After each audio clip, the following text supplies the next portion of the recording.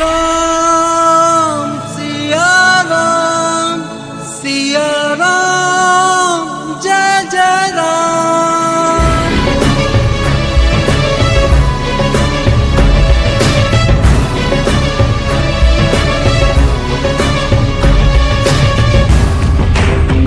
श्री राम के योद्धा रूप की निशानियां कहां हैं? मर्यादा पुरुषोत्तम के वनवासी रूप के साक्ष्य कहां हैं?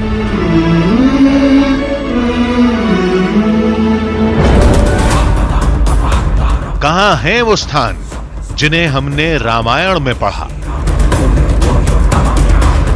टीवी सीरियल में देखा? अब तक हम बहुत कुछ खोज कर ला चुके हैं, लेकिन आज कुछ अलग है,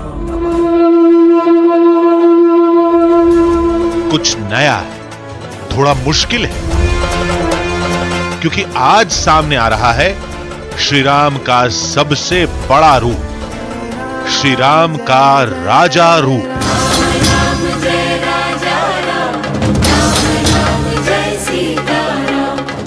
इस रूप की तलाश में हमने देश के कई शहरों को खंगाला, गांव देहात के वीराने में तलाशा और सामने लेकर आए एक ऐसा धाम जहां राजा रामचंद्र की सरकार चलती है, जहां राजा रामचंद्र आज भी जीवित हैं।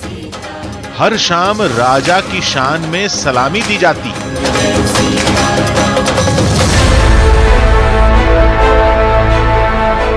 आज हम वो जगह खोज कर लाए हैं जहां लंका से लौटकर श्री राम का पुष्पक विमान जमीन पर उतरा था, जिस कुंड में वनवासी रूप को त्याग कर श्री राम ने अपने केश बहाए थे, जहां श्री राम का राज सिंहासन रखा जाता था, जहां त्रेता युग में राम दरबार लगता था,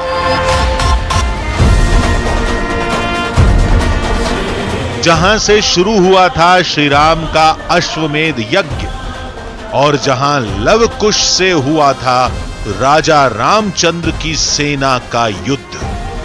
तो चलिए शुरू करते हैं राजा रामचंद्र के अद्भुत रूप की एक अद्भुत यात्रा।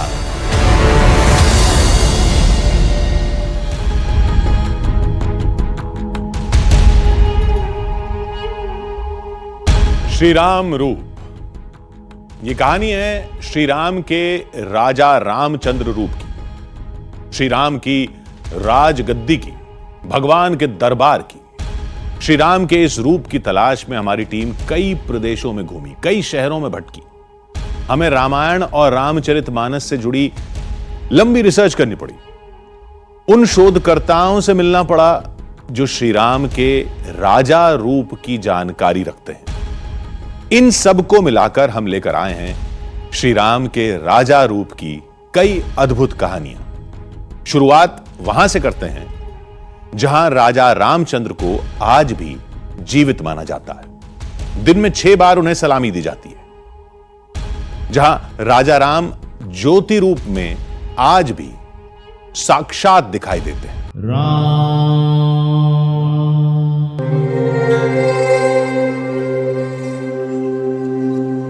श्री राम जय जय राम।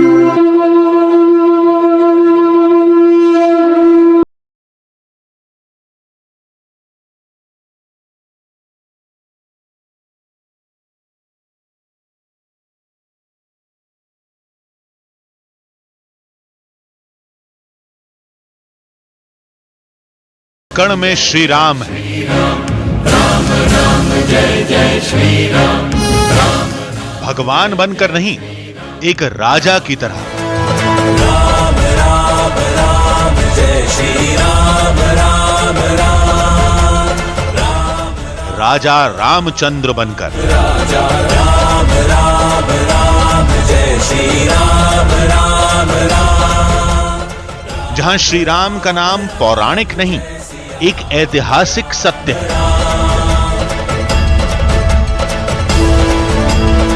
जहां राम राज्य कोई फसाना नहीं, एक हकीकत है। उस जगह का नाम है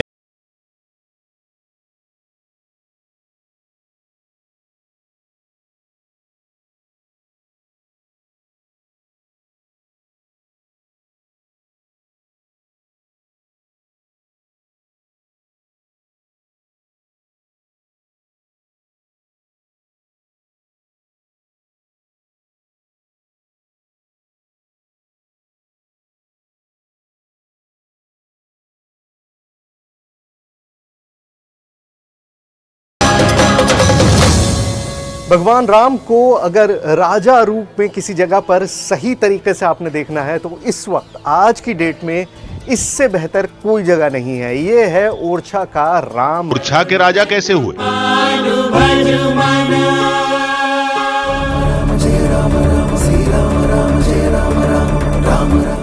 ओरछा में श्री राम को राजा राम क्यों कहते हैं? ऐसा अयोध्या में क्यों नहीं कहते? क्या वाकई ओरछा के राजा श्री राम हैं? अगर हैं तो इसका साक्ष्य क्या है? इन सभी सवालों के जवाब जानने के लिए हमारी टीम मध्य प्रदेश के ओरछा में थी, जहां की पूरी राम कहानी केवल 3 भवनों में सिमटी है। पहला है राम राजा मंदिर, दूसरा है चतुर्भुज मंदिर और तीसरा है रानी गणेश कुंवरी का महल।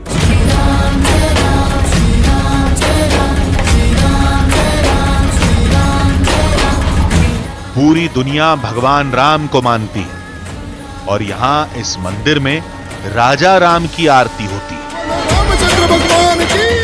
लेकिन ये मंदिर कहां? ये तो एक राजमहल है, राजा राम का राजमहल।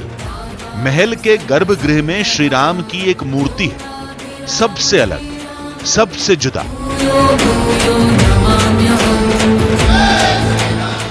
आपने पूरी दुनिया में राम दरबार की मूर्तियां देखी होंगी, सब मूर्तियां खड़ी हैं, राम लक्ष्मण सीता, लेकिन यहाँ बैठी मूर्ति है, राजा के रूप में जो विराजमान होते हैं वो राजा के रूप में बैठी हुई मूर्ति है।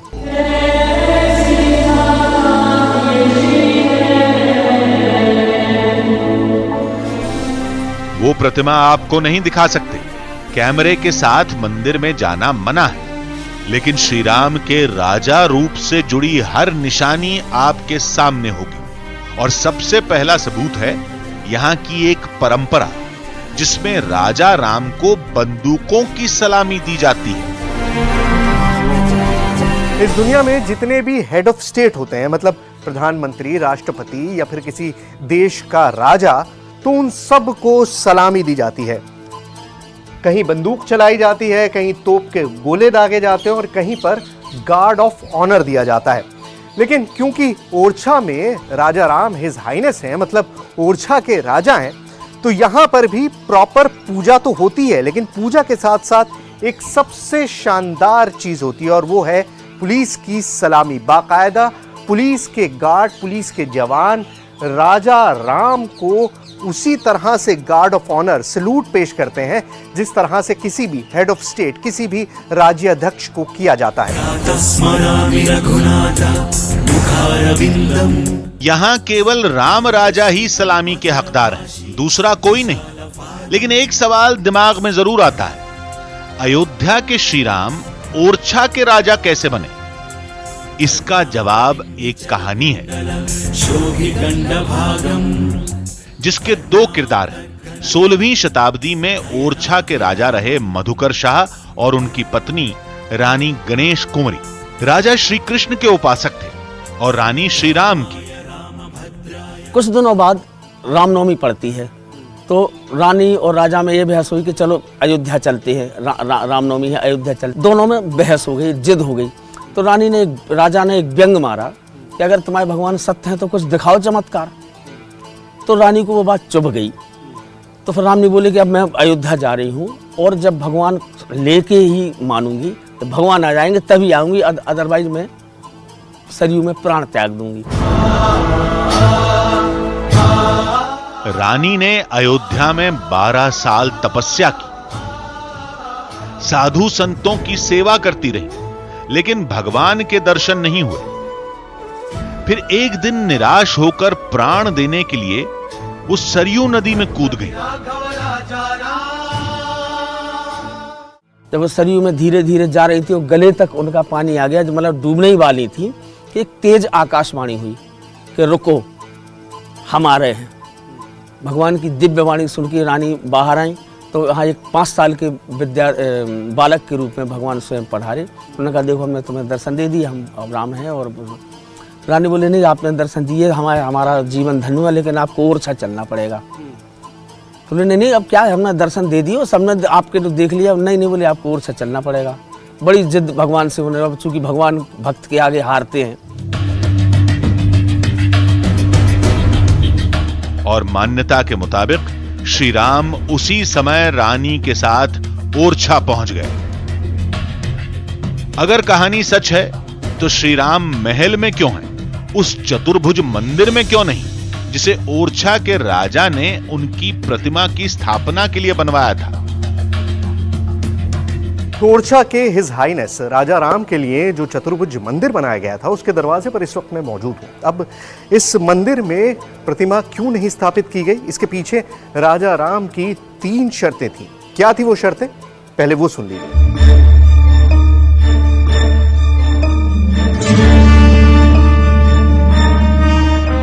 तीन शर्तों की बात तब शुरू होती है जब श्री राम प्रतिमा के एक अनंत रूप में रानी गणेश कुंवरी के साथ ओरछा जाने के लिए तैयार हो गए। लेकिन उनकी 3 शर्तें थी। उसमें एक शर्त थी कि हम पुष्य नक्षत्र में चलेंगे, जो 27 दिन में एक बार आता है। दूसरी शर्त उनकी ये थी कि जहां हमें बिठाल दोगे हम वहां से उठेंगे नहीं। और तीसरी शर्त ये थी कि वहां के राजा हम होंगे, हम राजा होंगे, आपको वहां से हटना पड़ेगा। भगवान राम की इन शर्तों ने ओरछा का इतिहास बदल कर रख दिया। ओरछा से अयोध्या का डिस्टेंस, जो फासला है, वो करीबन 450 किलोमीटर है। लेकिन रानी को अयोध्या से लेकर ओरछा तक पहुंचने में 28 महीने और 28 दिन लगे। अब आप सोचेंगे कि महज 450 किलोमीटर के लिए 28 महीने का वक्त क्यों लगा? इसके पीछे थी एक वजह, राम जी की एक शर्त, जिसकी वजह से रानी महीने में सिर्फ 1 दिन ही चल पाती थी।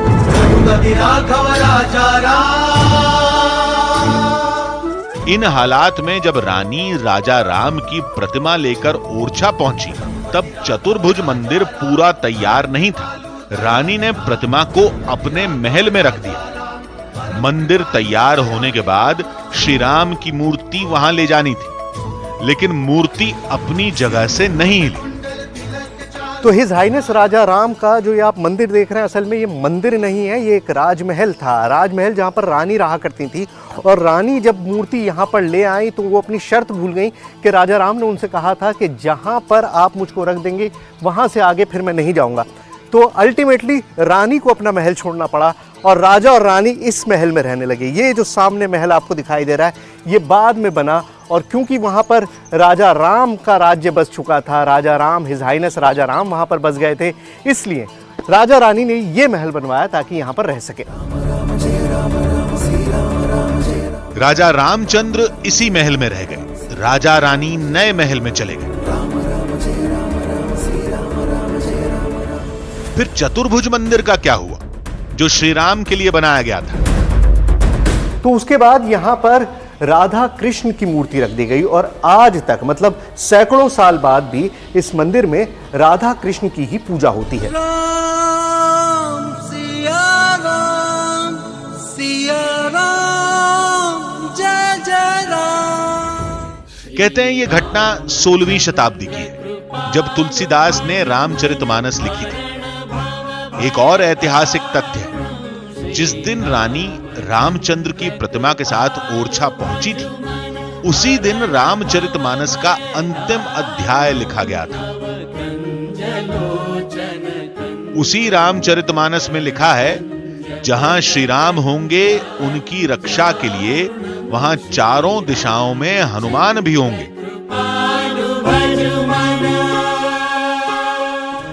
ओम दाशरथाय विद्महे सीता वल्लभाय धीमहि। ओरछा में राम राजा तो मिले, लेकिन महाबली हनुमान नहीं दिखे।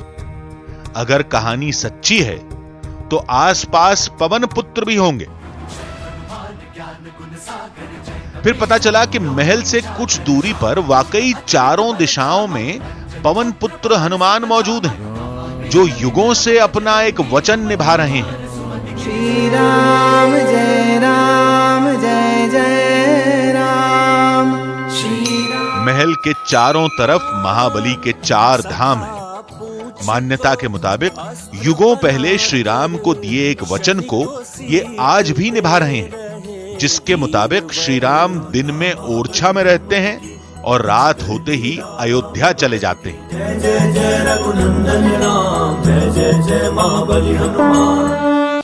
जब राम राजा और अयोध्या जी से चलने लगे तो वहाँ के अयोध्या जी वासी वालों ने रोका कि महाराज जी अगर अब ओरछा चले जाएंगे तो फिर अयोध्या जी में क्या रहेगा। फिर राम राजा बोले कि मैं दिन में ओरछा में वास करूंगा लेकिन विश्राम करने अयोध्या जी आऊँगा।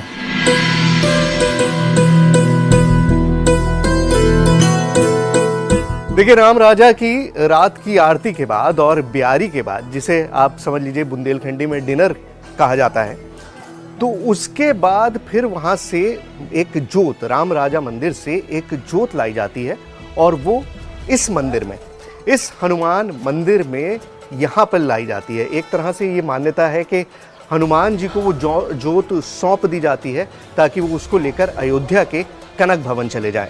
राम राम राम जय श्री राम राम राम। रात में ओरछा से अयोध्या के उस सफर को हम दिखाएंगे। फिलहाल शाम हो चुकी थी। थोड़ी देर में राजा राम को बंदूकों की सलामी दी जाएगी। सूरज डूब चुका है और राजा राम का जो दरबार है उसके कपाट बंद हो चुके हैं, गेट बंद हो चुके हैं, लेकिन पुलिस अब मुस्तैद है। अभी भी राजा की ड्यूटी पर पुलिस मौजूद है और अब गेट खुलेंगे चंद घंटों बाद। उसके बाद आरती होगी और उसके बाद फिर से सलामी दी जाएगी राजा राम को, छठी बार आखिरी सलामी। मतलब दिन में कोई बड़े से बड़े मुल्क का प्रेसिडेंट हो, प्राइम मिनिस्टर हो, कोई भी हो, उसको शायद दिन में 6 बार गार्ड ऑफ ऑनर नहीं दिया जाता, लेकिन ओरछा के हिज हाइनेस राजा राम को एक दिन में 6 बार सलामी दी जाती है। किस तरह से, देखिए।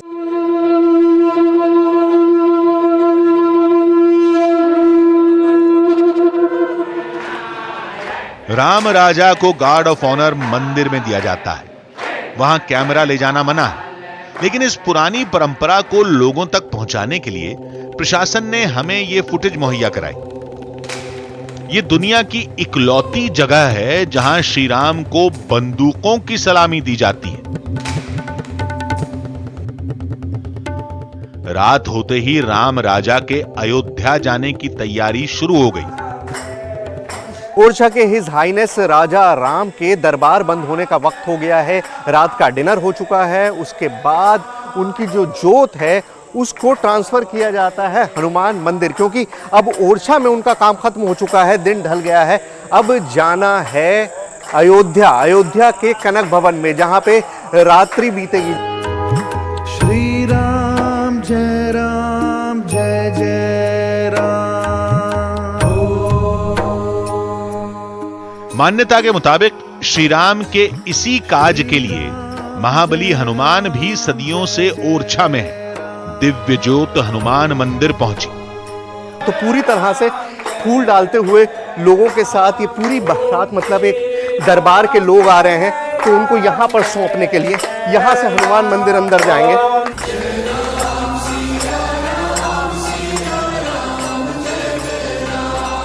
400 साल से ये परंपरा निभाई जा रही है। कहते हैं दिन में ओरछा में रहने के बाद ज्योत बनकर श्री राम अयोध्या चले जाते हैं अपने भवन में आराम करने के लिए।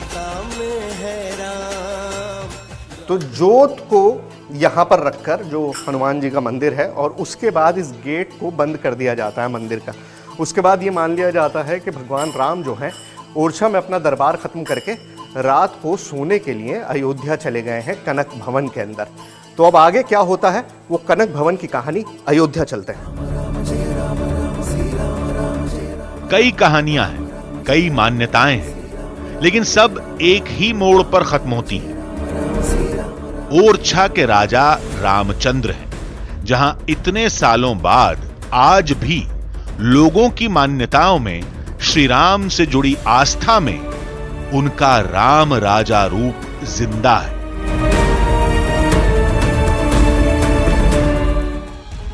श्री राम रूप। अयोध्या में रामायण की बहुत सारी निशानियां हैं, लेकिन आज जो साक्ष्य हम आपके सामने लाने वाले हैं, हम दावे के साथ कह सकते हैं कि उन साक्ष्यों को आपने पहले कभी नहीं देखा हो। अयोध्या वही है, श्री राम वाली, लेकिन रामायण के सबूत ऐसे हैं जिन्हें आज तक कोई नहीं खोज पाया। क्या आपने अयोध्या की वो जगह देखी है जहां श्री राम का पुष्पक विमान उतरा था? उस इलाके में गए हैं जहां राजा रामचंद्र का दरबार लगता था? या उस यज्ञशाला के बारे में सुना है जहां अश्वमेध यज्ञ किया गया था? नहीं ना। इसलिए तो हम कह रहे हैं कि आज एक अलग ही अयोध्या आपके सामने होगी, जहां की कहानी और निशानी देखकर आप चौंक जाएंगे।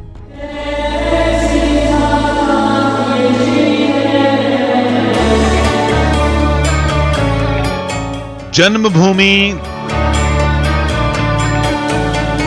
दशरथ महल,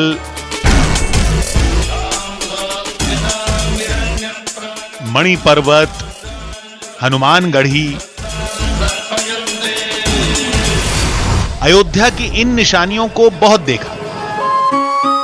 आज देखिए अयोध्या में श्री राम के राजा रूप से जुड़े साक्ष्य, उससे जुड़ी कहानियां जो आपने सुनी तो जरूर होंगी, लेकिन अभी तक देखी नहीं होंगी। वाल्मीकि रामायण में राजा रामचंद्र से जुड़ा एक लंबा अध्याय है जिसे उत्तरकांड कहा जाता है।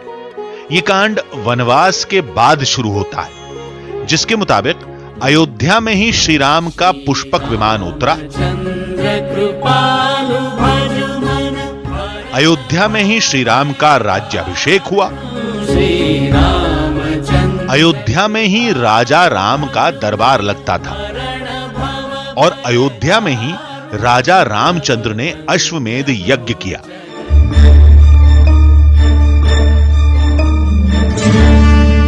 श्री राम हैं तो अयोध्या है, अयोध्या है तो वो निशानियां भी जरूर होंगी जिनकी कहानी श्री राम के राजा रूप से जुड़ती है, जहां से राम राज्य की शुरुआत हुई।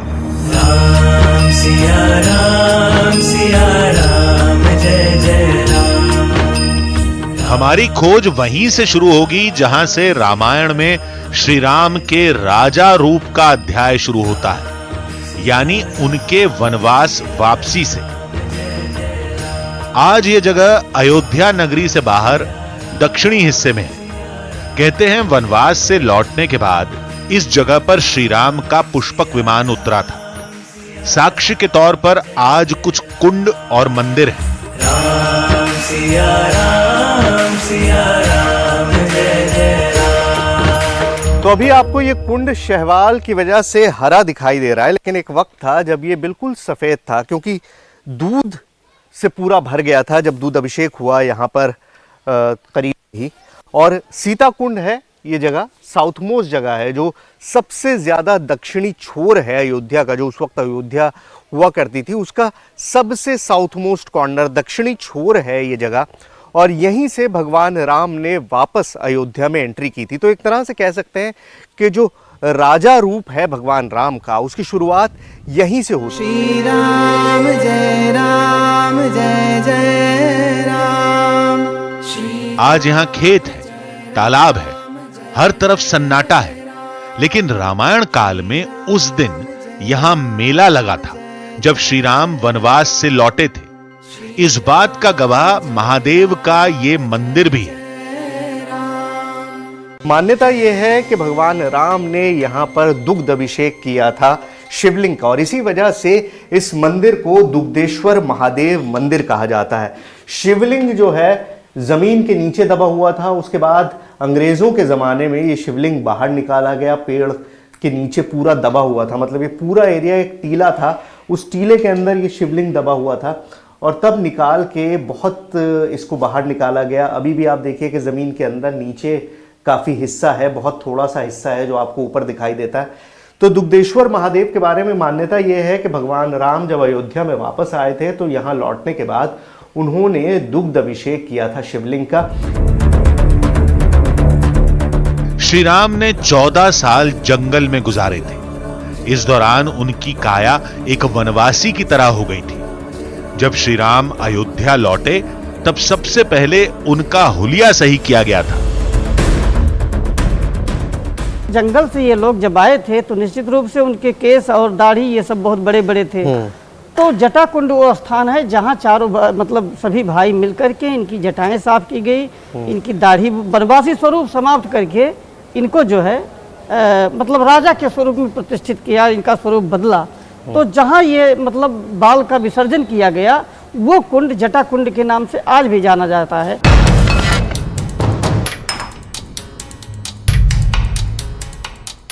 मान्यता के मुताबिक यही वो जगह है जहां श्री राम ने वनवासी रूप त्याग कर राजा रूप धारण किया था। आज यहां अयोध्या जैसी चहल पहल नहीं है, लेकिन इस जगह से जुड़ा एक चमत्कार सबकी जुबान पर रहता है। लोगों का दावा है, जो पुराने लोग यहाँ पर रहते हैं, कि इस कुंड के अंदर इस तरह की लताएं पानी के अंदर थीं जो बिल्कुल ऐसा महसूस होता था जैसे किसी के बाल हैं। अब तो फर्टिलाइजेशन की वजह से और बहुत ज़्यादा खेतों में आसपास उर्वरक डालने की वजह से वो सब खत्म हो गया है, लेकिन लोग ये दावा करते हैं कि उन्होंने खुद देखा है कि इस तरह की जड़ें थीं पौधों की पानी के अंदर, जो बिल्कुल ऐसा प्रतीत होता था जैसे किसी इंसान के बाल हैं। अब क्या कनेक्शन है इसका भगवान राम से मुझे नहीं पता, लेकिन जटाकुंड नाम है इस जगह का और सीधी सीधी बात यही है कि यहीं पर बाल काटे गए थे। त्रेता युग की अयोध्या और आज की अयोध्या में आज भी एक बात समान है। उस समय भी ये इलाका नगर से बाहर था और आज भी ये सारी निशानियां अयोध्या शहर से बाहर हैं।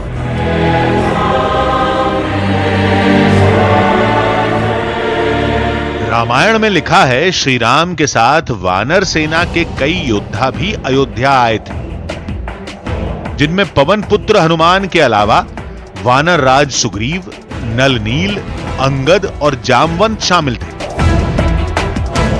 महाबली हनुमान तो अयोध्या में हमेशा के लिए रह गए थे। बाकी वानर सेना को अयोध्या के एक महल में रखा गया था। उस महल को आज सुग्रीव किला कहते हैं। यह किला राजा रामचंद्र की एक अद्भुत रणनीति का भी सबूत है, जिसका कई दस्तावेजों में जिक्र मिलता है।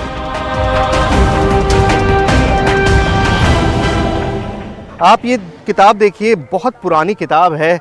फ्रांस बेकर नाम के एक ऑथर हैं, हैंस बेकर, जिन्होंने अयोध्या पे पूरी किताब लिखी थी और ये पूरा नक्शा उन्होंने दिखाया था राम दुर्ग का। और ये सुग्रीव किला है जहां इस वक्त मैं मौजूद हूं।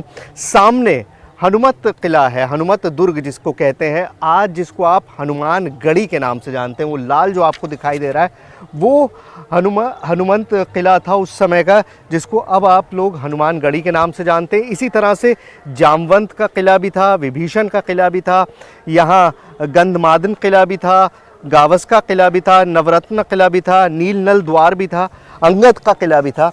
तो ये सारे किले चारों तरफ मौजूद थे उस समय में जब राम दुर्ग यहाँ पर मौजूद था। तो राम दुर्ग के चारों तरफ ये सारे, आप इस तरह से समझ लीजिए कि भगवान राम के जनरल्स थे, तो उनके किले के आसपास ही इन सब के किले भी बने हुए थे, इन सब के दुर्ग भी बने हुए थे। रामायण के समय के राम दुर्ग की कुछ ही निशानियां शेष हैं, जिनमें हनुमान गढ़ी के साथ ये सुग्रीव किला भी शामिल है। उस भवन की चर्चा वाल्मीकि रामायण में की गई है। तच्च में भवनम श्रेष्ठम शाशोक बनिकम महत मुक्ता वैदुर्य संकीर्णम सुग्रीवाय निवेदये। भगवान श्री राम ने कहा कि भरत, ये जो मुक्ता वैदुर्य मणियों से सुसज्जित महल बनवाया है, जिसके चारों तरफ सुंदर वाटिका वगैरह, सुंदर सुंदर पुष्प खिले हुए हैं, बहुत ही ये सुरम्य स्थान है, रमणीक स्थान है। तो ये महल तूने मुझे तो सौंप दिया, लेकिन अब मेरी आज्ञा है कि सुग्रीवाय निवेदये, ये मेरे मित्र हैं, मेरे दैत्य सखा हैं, मेरे साथ आए हैं और राजा हैं, तो ये महल इनको निवेदन कर दो। श्री राम सूर्यवंशी राजा थे, चक्रवर्ती सम्राट थे। अश्वमेध यज्ञ करके श्री राम ने अपने राज्य का विस्तार किया था। कोई भी राजा राजा रामचंद्र को चुनौती देने की हालत में नहीं था।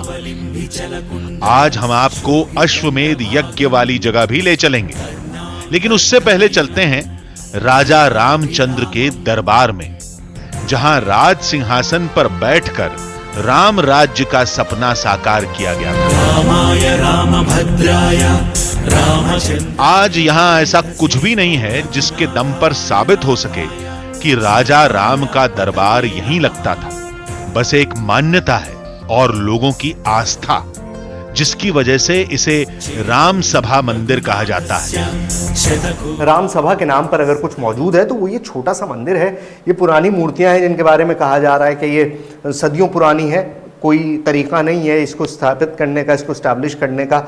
और कई सारी मूर्तियां हैं यहाँ पर जो आसपास से निकली होंगी, लेकिन जो एक्चुअल राम सभा रही होगी, जो पूरा वो उस वक्त का जो पूरा नज़ारा रहा होगा, वो अपने आप में देखने सोचने लायक रहा होगा। अब आज हम कितना भी इमेजिन करवा दें आपको, कितना भी हम आपके सामने GFX ग्राफिक्स लाके हम आपको ये दिखाने की कोशिश करें कि कितनी बड़ी राम सभा होगी, कितनी आलीशान रही होगी, कितनी ज़्यादा सजी रही होगी, लेकिन अब बहुत मुश्किल है उस चीज़ को इमेजिन करना या उसके बारे में सोचना भी। अभी राम सभा के नाम पर कुछ है तो सिर्फ ये छोटा सा मंदिर जो ये याद दिलाता है कि एक वक्त में राजा राम जब यहाँ पर बैठते होंगे अपने सिंहासन पर और उनके साथ उनकी पूरा दरबार बैठता होगा, तो वो किस तरह का मंजर रहता होगा।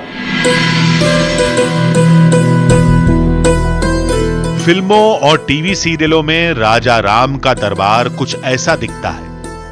इसी तस्वीर का जिक्र तुलसीदास की रामचरितमानस में भी है।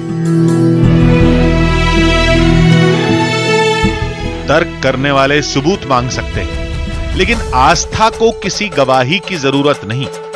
लोगों को आज भी इस जगह से जुड़े दावे पर पूरा यकीन है।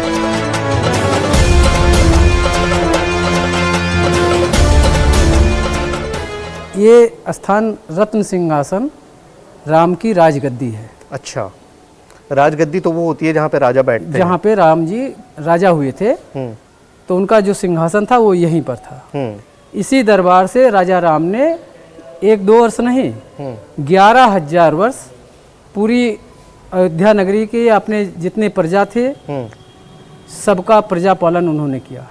मतलब 11,000 साल तक हाँ, इस जगह से राजपाट चलाया। हाँ, उन्होंने अपने भक्तों का मतलब जो भी था सुख दुख सब में वो मतलब राजा का जो एक कर्तव्य होता है पालन किया।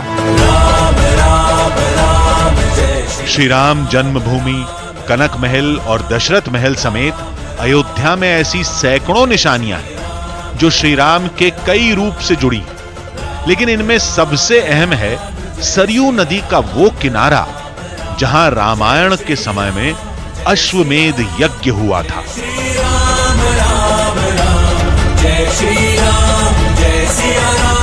तो अयोध्या का जो सबसे खूबसूरत नज़ारा है वो इस वक्त मेरे पीछे है। स्वर्ग द्वार कहा जाता है इसको, और पूरा आप देखिए अब तो काफ़ी बना दिया गया है, बदल दिया गया है, लेकिन मंदिरों की पूरी लाइन है। और मान्यता ये है कि यही वो जगह थी जहाँ पर अश्वमेध यज्ञ किया गया था।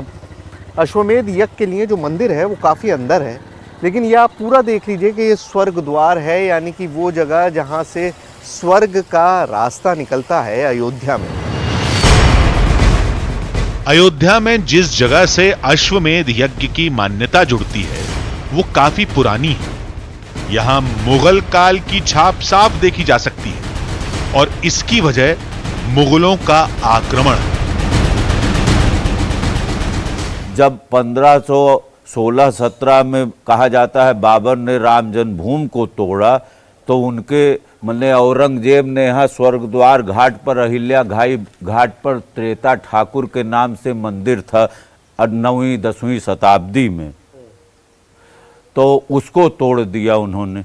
और उसको तोड़ने के बाद तब यह मंदिर, वो मूर्तियां यहाँ चली आई। ऐसा कहा जाता है कि सीता की प्रतिमा स्वर्ण की जो थी वही यहाँ पे है। इन छोटी छोटी मूर्तियों को श्री राम की निशानी के तौर पर बचाकर रखा गया है, जो ये बताती हैं कि इस जगह का नाता कभी न कभी रामायण के समय से जरूर रहा है। मौजूदा अयोध्या 400 साल पुरानी है, लेकिन पौराणिक साक्ष्य बताते हैं कि अयोध्या नगरी शुरू से ही श्री राम की रही है। कई सबूत हैं और हर सबूत में श्री राम के किसी न किसी रूप की झलक मिल ही जाती है।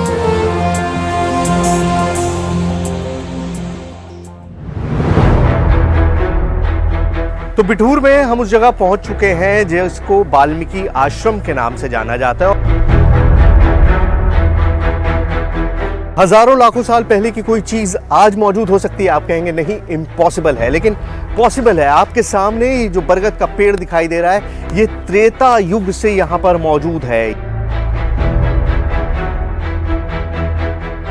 लवकुश जन्मभूमि है, मतलब वो स्पॉट जहां पर लवकुश पैदा हुए थे और अश्वमेध यज्ञ का घोड़ा बांधा गया था।